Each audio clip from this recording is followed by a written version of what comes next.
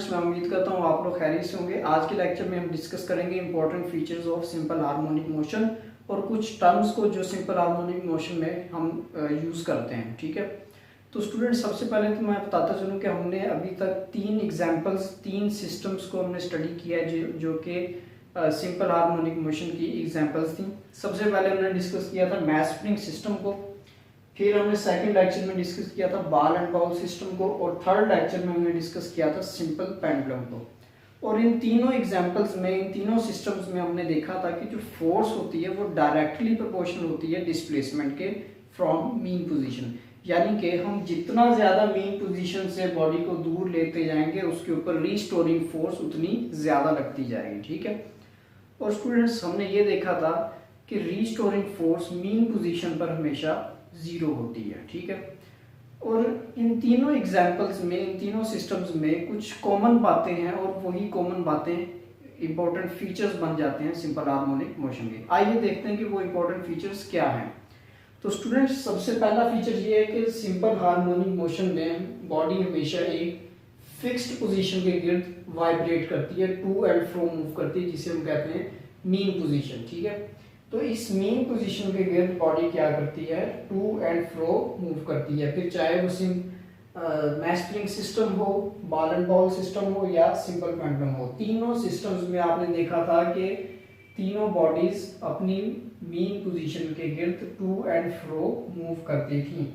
तो स्टूडेंट्स यही पहला हमारा फीचर है कि in simple harmonic motion a body vibrates about a fixed position, जिसे हम मीन पोजीशन भी बोलते हैं। क्योंकि फोर्स डायरेक्टली प्रोपोर्शनल है डिस्प्लेसमेंट फ्रॉम मीन पोजीशन के, तो लिहाजा एक्सेलरेशन की मैग्नीट्यूड भी डायरेक्टली प्रोपोर्शनल होगी डिस्प्लेसमेंट फ्रॉम मीन पोजीशन के। तो हमारा दूसरा और तीसरा पॉइंट यही बनता है कि एक्सेलरेशन की डायरेक्शन हमेशा कहाँ पे होती है, मीन पोजीशन पे होती है, क्योंकि रीस्टोरिंग फोर्स की डायरेक्शन जो है वो भी मीन पोजीशन की तरफ होती है। और फिर हमने पढ़ा कि मैग्नीट्यूड जो है एक्सेलरेशन की डायरेक्टली प्रोपोर्शनल होती है डिस्प्लेसमेंट फ्रॉम मीन पोजीशन की। यानी कि जितना ज्यादा हम दूर लेते जाएंगे बॉडी को मीन पोजीशन से, उतनी ज्यादा इसके ऊपर रिस्टोरिंग फोर्स, उतनी ज्यादा एक्सेलरेशन इसमें पैदा होगी जब हम इसको रिलीज करेंगे एक्सट्रीम पोजीशन से। तो स्टूडेंट्स एक्सेलरेशन की जो मैग्नीट्यूड है वो डिस्प्लेसमेंट के डायरेक्टली प्रोपोर्शनल है। जितनी ज्यादा डिस्प्लेसमेंट होगी मीन पोजीशन से, उतनी ज्यादा एक्सेलरेशन होगी। और यहाँ पर जो दूसरा पॉइंट है वो ये कि एक्सेलरेशन जो है वो मीन पोजीशन पर जीरो होती है। इसकी भी रीजन मैंने आपको बताई हुई है, क्योंकि मीन पोजीशन एक ऐसी पोजीशन होती है जिस पर रीस्टोरिंग फोर्स या नेट फोर्स जीरो हो जाती है। क्योंकि फोर्स जीरो है तो एक्सेलरेशन भी जीरो है, जबकि एक्सट्रीम पोजीशन पर मैंने बताया था कि रीस्टोरिंग फोर्स मैक्सिमम होती है, तो लिहाजा एक्सेलरेशन भी मैक्सिमम होगी एक्सट्रीम पोजीशन पर। और स्टूडेंट्स हमारा जो चौथा पॉइंट है वो ये है कि हमने देखा था कि इन तीनों एग्जांपल्स में जब बॉडी मीन पोजीशन पर पहुंचती थी, इसके पास इनर्शिया होता था। इनर्शिया मतलब इसकी वो स्टेट ऑफ रेस्ट है या स्टेट ऑफ मोशन है, इसको वो कंटिन्यू करती थी, यानी कि इसकी जो वेलोसिटी है वो मैक्सिमम हो चुकी होती थी।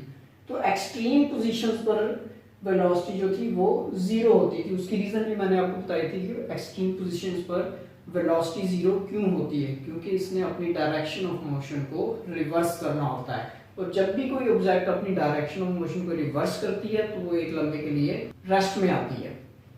ठीक है स्टूडेंट्स, तो एक्सट्रीम पोजीशंस पर वेलोसिटी क्या होती है, जीरो होती है, जबकि मीन पोजीशन पर वेलोसिटी मैक्सिमम होती है। और ये है हमारा फोर्थ पॉइंट के एक्सट्रीम पोजीशंस पर वेलोसिटी जीरो होती है और मीन पोजीशन पर वेलोसिटी मैक्सिमम होती है। तो स्टूडेंट्स अब हम फाइनली डिस्कस कर लेते हैं definition of simple harmonic motion को। तो ये जो तीनों एग्जांपल्स हमने स्टडी की थी, इनमें हमने दो बातें जो कॉमन देखी थी वो ये थी कि फोर्स जो होती है वो डायरेक्टली प्रोपोर्शनल होती है डिस्प्लेसमेंट फ्रॉम मीन पोजीशन। यानी कि जितना ज्यादा हम इसको मीन पोजीशन से दूर लेके जाएंगे बॉडी को, उतनी ज्यादा उसके ऊपर रिस्टोरिंग फोर्स लगेगी। और रिस्टोरिंग फोर्स की डायरेक्शन हमेशा कहाँ को होती है, मीन पोजीशन की तरफ होती है। तो स्टूडेंट्स यही है डेफिनेशन सिंपल हार्मोनिक मोशन की, कि सिंपल हार्मोनिक मोशन तब वाक़ होता है जब एक रीस्टोरिंग फोर्स जो बॉडी पर लग रही होती है वो मीन पोजीशन की तरफ लग रही हो, और रीस्टोरिंग फोर्स जो है वो डायरेक्टली प्रोपोर्शनल हो डिस्प्लेसमेंट फ्रॉम मीन पोजीशन के। तो ये है डेफिनेशन सिंपल हार्मोनिक मोशन की। तो स्टूडेंट्स अब हम कुछ टर्म्स को डिस्कस कर लेते हैं जो हम सिंपल हार्मोनिक मोशन में यूज करते हैं। तो स्टूडेंट्स सबसे पहली टर्म जो हम सिंपल हार्मोनिक मोशन में यूज करते हैं, मोस्टली यूज कर रहे होते हैं, वो वाइब्रेशन है। वाइब्रेशन का मतलब होता है कि मेन पोजीशन के गिर्द एक पूरा चक्कर लगाना। जिस तरह के अगर आप एक सिंपल पेंडुलम को एक्सट्रीम पोजीशन पर लेके जाते हैं, ठीक है, तो इस मेन पोजीशन से पहले आप एक्सट्रीम पर लेके गए, ये फिर अपनी मेन पोजीशन की तरफ वापस आएगा और फिर अदर एक्सट्रीम पर चला जाएगा और फिर वहां से वापस आएगा। तो ये एक पूरा चक्कर हो गया मेन पोजीशन के गिर्द, ठीक है ना। तो इसे कहते हैं एक वाइब्रेशन, यानी मेन पोजीशन के गिर्द एक पूरा चक्कर लगाना, उसे कहते हैं मेन वाइब्रेशन। और स्टूडेंट्स टाइम पीरियड, इस एक वाइब्रेशन को पूरा करने में जो वक्त लगता है उसे बोलते हैं टाइम पीरियड, यानी कि एक पूरे चक्कर को मुकम्मल करने में जो एक टाइम लगता है उसे बोलते हैं टाइम पीरियड। फिर आती है स्टूडेंट्स फ्रीक्वेंसी।